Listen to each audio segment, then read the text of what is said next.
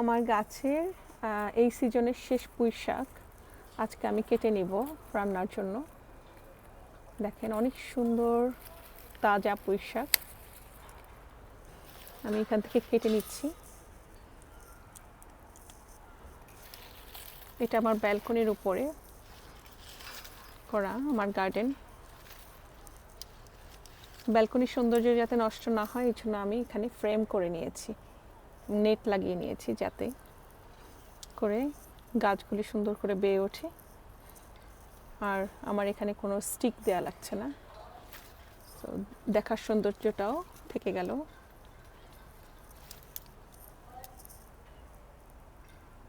আর এখানে দুইটা সিম এখনো আছে, এগুলি আমি সিড করার জন্য রেখে দিয়েছি।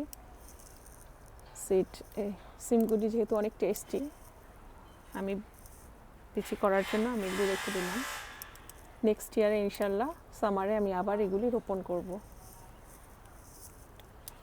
গাছ কাটতে আসলে খুব মায়া লাগে, তারপরও কিছু কোনো উপায় নাই, রেখে দিয়েছিলাম, কিন্তু এখন দেখলাম যে আসলে না কাটলে এটা খাওয়ার হবে না।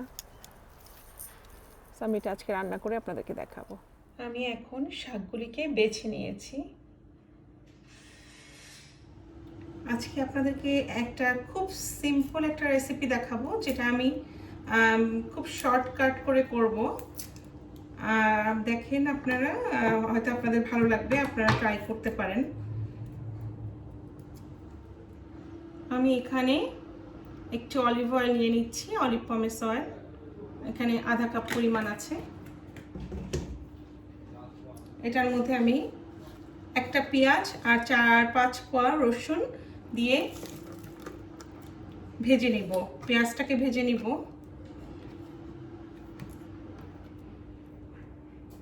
ভাজা পেঁয়াজের মাঝে আমি অল্প করে একটু আস্ত জিরা দিয়ে দিব।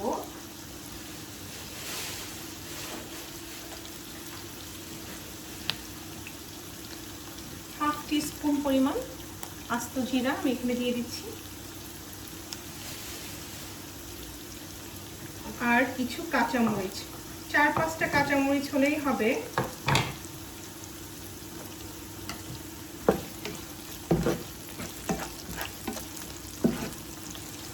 গাছের সবজি তো একদম অনেক টাটকা, এটা খুব সহজেই সিদ্ধ হয়ে যাবে, তো এটা খুব ঝটপট একটা রান্না। পেঁয়াজের সাথে আমি কিছু চিংড়ি মাছ ভেজে রাখছি, একসাথে হয়ে যাবে ভাজাটা। আর আমি এটার মাঝে একটু হলুদের গুঁড়া দিয়ে দিব।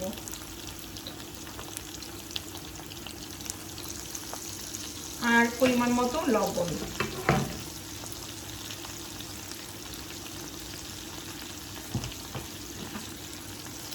আজকে রান্নাটা আমি করব পাকা মিষ্টি কুমড়া, যেটা পাকাটা ইয়েলো কালার, ওটা দিয়ে, আর গাছে থেকে যে পুঁই শাকটা তুললাম ওটা দিয়ে ভাজি করব।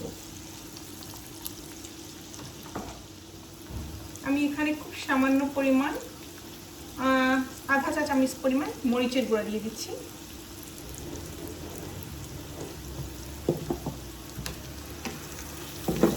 আর কোনো মশলা দিব না, মশলা বলতে এটাই। আর মিষ্টি কুমড়াগুলোকে এখানে দিয়ে দিচ্ছি একসাথে।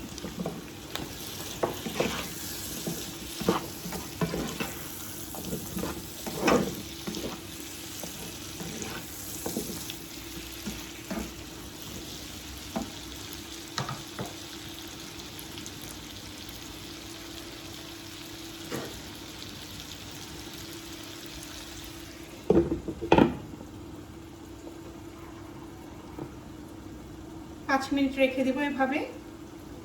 আমি এটা মিডিয়াম আঁচে রেখেছি 5 মিনিটের জন্য।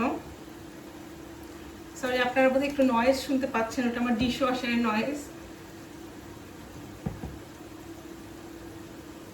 এখন আমি একটু নেড়ে দিচ্ছি। দেখতে পাচ্ছেন কালার, সুন্দর একটা কালার আসছে। কুমড়াটা এখনো সিদ্ধ হয়নি, তো আমি পুঁই শাকটা এখনই দিচ্ছি না। মিষ্টি কুমড়াটা যখন 3 ভাগে 2 ভাগ পরিমাণ সিদ্ধ হবে তখন আমি পুঁই শাকটা এটার মাঝে দিব।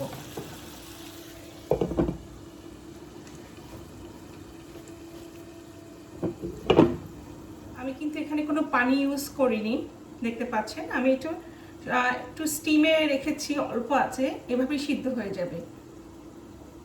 আমি পুঁই শাকের ডাঁটাগুলিকে এখানে মিক্স করলাম, কারণ ডাঁটাগুলি সিদ্ধ হতে একটু সময় লাগে।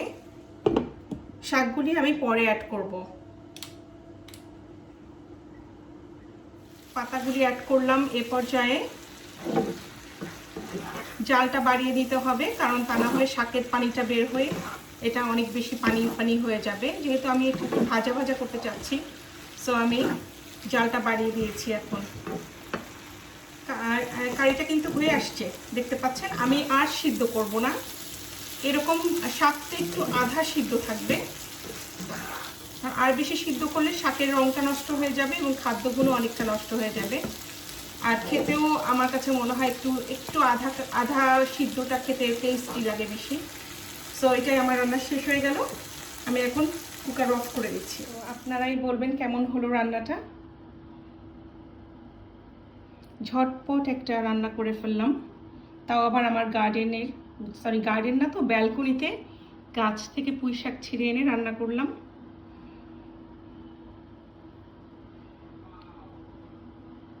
এটা আশা করি আপনারা ট্রাই করবেন বাসায়। এটা কিন্তু খুব মজার একটা ভাজি, এটাকে কারি বলবো, অনেক সবজি ভাজি।